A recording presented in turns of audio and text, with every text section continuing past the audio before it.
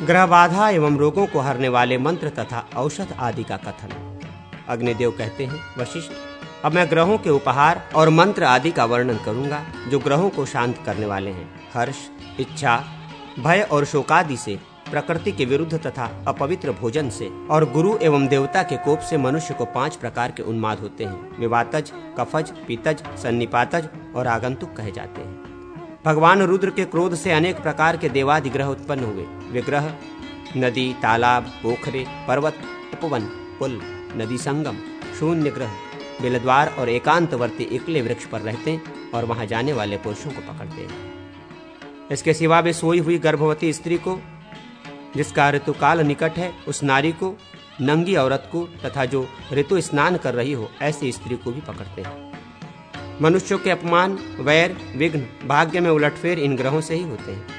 जो मनुष्य देवता, गुरु, धर्मादि तथा सदाचार आदि का उल्लंघन करता है, पर्वत और वृक्ष आदि से गिरता है, अपने केशों को बार बार नोचता है तथा लाल आंखें किए रुदन और नर्तन करता है, उसको रूप ग्रह विशेष से पीड़ित जानना चाहिए। जो मानव उद्वेग युक्त, दाह और शूल से पीड़ित, भूख प्यास से व्याकुल और शिरोरोग से आतुर होता है और मुझे दो यो कहकर याचना करता है, उसे बलिकामी ग्रह से पीड़ित जाने। स्त्री, माला, स्नान और संभोग की इच्छा से युक्त मनुष्य को रतिकामी ग्रह से ग्रहित समझना चाहिए। व्योम व्यापी, महासुदर्शन मंत्र, विटप नासिक, पाताल नारसिंहादि मंत्र तथा चंडी मंत्र, ये ग्रहों का मर्दन, ग्रह पीड़ा का निवारण करने वाले हैं। अब ग्रह पीड़ा नाशन भगवान सूर्य की आराधना बतलाते हैं। सूर्य देव अपने दाहिने हाथों में पाश, अंकुश, अक्षमाला और कपाल तथा बाएं हाथों में खटवांग, कमल, चक्र और शक्ति धारण करते हैं। उनके 4 मुख हैं।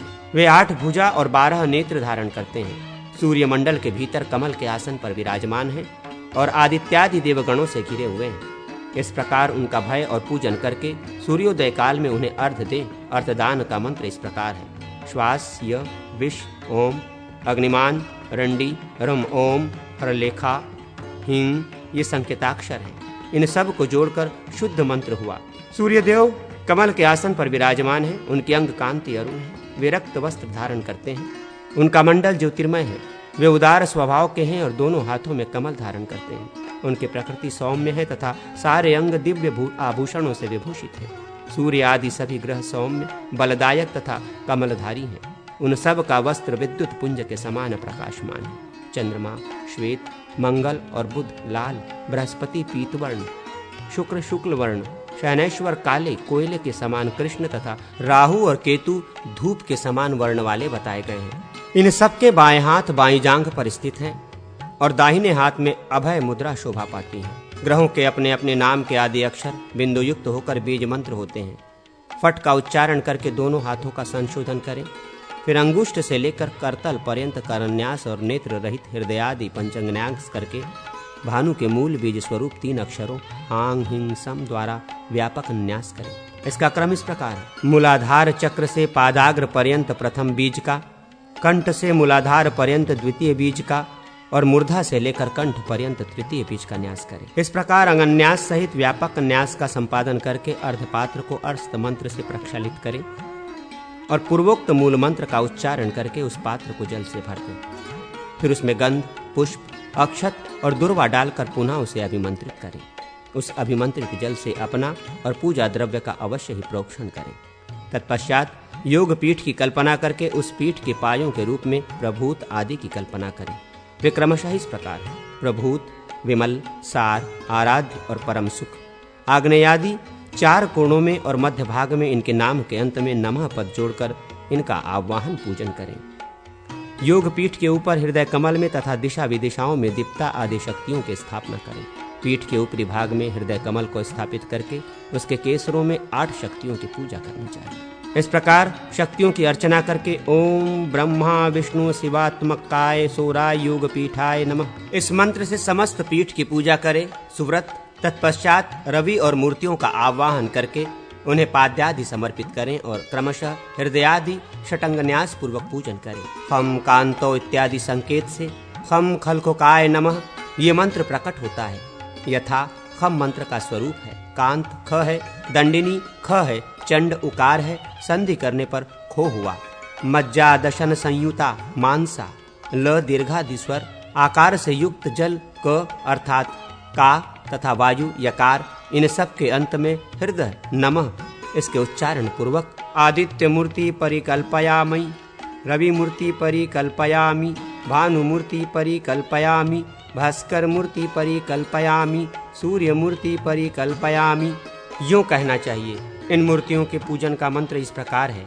ओम आदित्याय नमः, ए ऐवये नमः, ओम भानुवे नमः, ई भास्कराय नमः, अम सूर्याय नमः। अग्निकोण, नैऋत्य कोण, ईशान कोण और वायव्य कोण, इन 4 कोणों में तथा मध्य में हृदयादि 5 अंगों की उनके नाम मंत्रों से पूजा करनी चाहिए।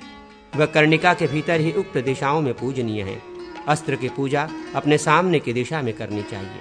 पूर्वादि दिशाओं में क्रमशः चंद्रमा, बुध, गुरु और शुक्र पूजनीय है तथा आग्नेय आदि कोणों में मंगल, शनैश्वर, राहु और केतु की पूजा करनी चाहिए। प्रश्निपर्णी, हींग, बच, चक्र, पित्त पापड़ा, शिरीष, लहसुन और आमय इन औषधियों को बकरे के मूत्र में पीसकर अंजन और नस्य तैयार कर लें। उस अंजन और नस्य के रूप में उक्त औषधों का उपयोग किया जाए तो वे ग्रह बाधा का निवारण करने वाले होते हैं। पाठा, पथ्या, हरय, वचा, शिग्रु, सहिजन, सिंधु, सेंधा नमक, व्योश, त्रिकटु और इन औषधों को पृथक पृथक एक एक पल लेकर उन्हें बकरी के एक आड़क दूध में पका लें और उस दूध से घी निकाल लें। वो घी समस्त ग्रह बाधाओं को हर लेता है। वृक्षकाली, बिच्छू, घास, फलाकूट, सभी तरह के नमक तथा शांग्रक इनको जल में डाल लें। उस जल का अपस्मार रोग, मिर्गी के विनाश के लिए उपयोग करें। विदारी कंद, कुश, काश तथा इख के क्वाथ सिद्ध किया हुआ दूध रोगी को पिलाएं। जेठी, मधु और भतय के 1-2 रस में घी को पका कर दें अथवा पंचगव्य घी का उस रोग में प्रयोग करें। अब ज्वर निवारक उपाय सुनो। ज्वर गायत्री। ओम भस्मास्त्राय विद्महे एकदंत्राष्टाय धीमहि तन्नो ज्वर प्रचोदयात्। इस मंत्र के जप से ज्वर दूर होता है।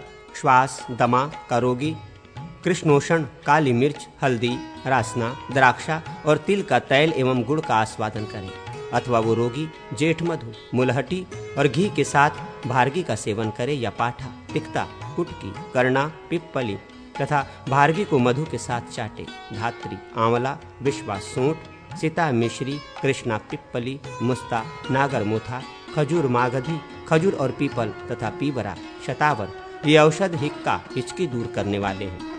उपर्युक्त तीनों योग मधु के साथ लेने चाहिए। कामल रोग से ग्रस्त मनुष्य को जीरा, मांडूक पर्णी, हल्दी और आंवले का रस पिलाना चाहिए। त्रिकटु, पद्मकाष्ठ, त्रिफला, वायविडिंग, देवदारू तथा रासना इन सब को सममात्रा में लेकर चूर्ण बना लें और खांड मिलाकर उसे खाएं। इस औषध से अवश्य ही खांसी दूर हो जाती है। सिद्धि, गणपति आदि मंत्र तथा सूर्य देव की आराधना। अग्निदेव कहते हैं वशिष्ठ, श्रांग्री, गवार, दंडी अनुस्वार युक्त हो, उसके साथ पद्मेश, विष्णु इकार और पावक रकार हो तो इन 4 अक्षरों के मेल से पिंडीभूत बीज ग्री प्रकट होता है। ये सर्वार्थ साधक माना गया है। उपर्युक्त बीज के आदि में क्रमशः दीर्घ स्वरों को जोड़कर उनके स्थान अंग न्यास करें। यथा ग, इस एकाक्षर बीज से भी इसी प्रकार न्यास करना चाहिए। उसमें दीर्घ स्वर जोड़ने पर क्रमशः गांग, गिंग, गुंग, गै, गौंग, गह ये 6 बीज बनेंगे। अंत विसर्ग, विश, म इनसे युक्त खांत ग का उच्चारण किया जाए। ऐसा करने से गम, गह ये 2 बीज प्रकट हुए। औकार और बिंदु से युक्त गौ तीसरा बीज है। बिंदु और कला दोनों से युक्त गह ये चौथा बीज और केवल गकार 5वां बीज है। इस प्रकार विघ्नराज गणपति के ये 5 बीज हैं जिनके पृथक पृथक फल देखे गए हैं। ये सर्वसामान्य पंचांग है। उक्त एकाक्षर बीज मंत्र के 1,00,000 जप से सिद्धि प्राप्त होती है। अष्टदल कमल बनाकर उसके दिग्वर्ती दलों में गणेश जी के 4 विग्रहों का पूजन करें। इसी प्रकार वहाँ क्रमशः 5 अंगों की भी पूजा करनी चाहिए। विग्रहों के पूजन संबंधी मंत्र इस प्रकार हैं।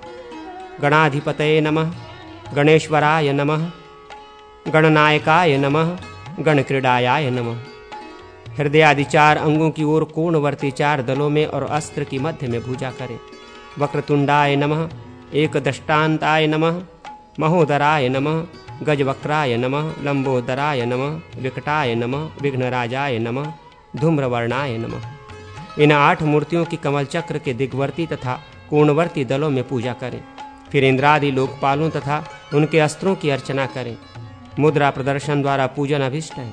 मध्यमा और तर्जनी के मध्य में अंगूठे को डालकर मुट्ठी बांध लेना, ये गणेश जी के लिए मुद्रा है। उनका ध्यान इस प्रकार करें। भगवान श्री गणेश की 4 भुजाएं हैं।